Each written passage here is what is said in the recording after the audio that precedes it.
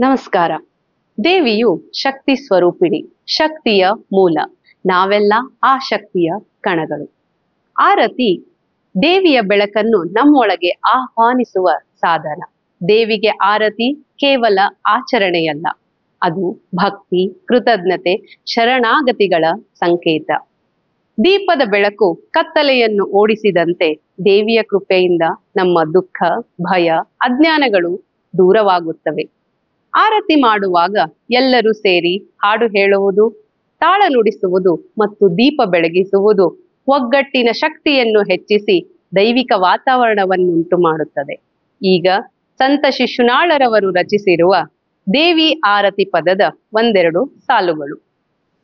ಅಂಬಾಗಾರುತಿಯನ್ನು ದೇವಿಗಾರುತಿಯನ್ನು ರಂಭೇರು ಬೆಳಗಿರೆ ಶುಂಭ ನಿಶುಂಭರ ಸಂಹಾರಿಗೆ ಶಂಕರಿಗೆ ಕುಂಭಕುಚ ಜಗದಂಬೆ ನಿನ ಪದ ನಂಬಿಕೊಂಡೆನು ನರ ಶರೀರದಿ ಅಂಬುಕೇಶನ ರಾಣಿ ಚರಣರ ಬಿಂಬದೊಳು ನಲಿದಾಡು ಜನನಿ ಹಿಂಡ ರಕ್ಕಸರನ್ನು ಚೆಂಡಾಡಿ ಕೊರಳೊಳು ರುಂಡ ಮಾಲೆಯ ಧರಿಸಿದ ಚಾಮುಂಡಿಗೆ ಶಾಂಭವಿಗೆ ಮಂಡಲದಿ ಮೆರೆವಂತ ಬಂಡರ ತುಂಡು ಮಾಡಿದ ಖಂಡ ದೇವತೆ ಕುಂತಳೆ ಶಿಶುನಾಳಧೀಶನ ಕಂಡೆ ನಿನ್ನಯ ಪಾದ ನೇತ್ರದಿ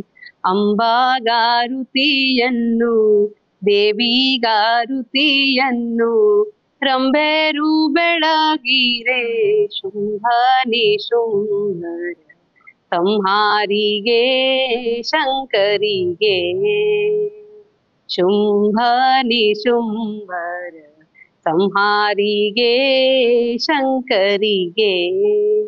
ಧನ್ಯವಾದಗಳು.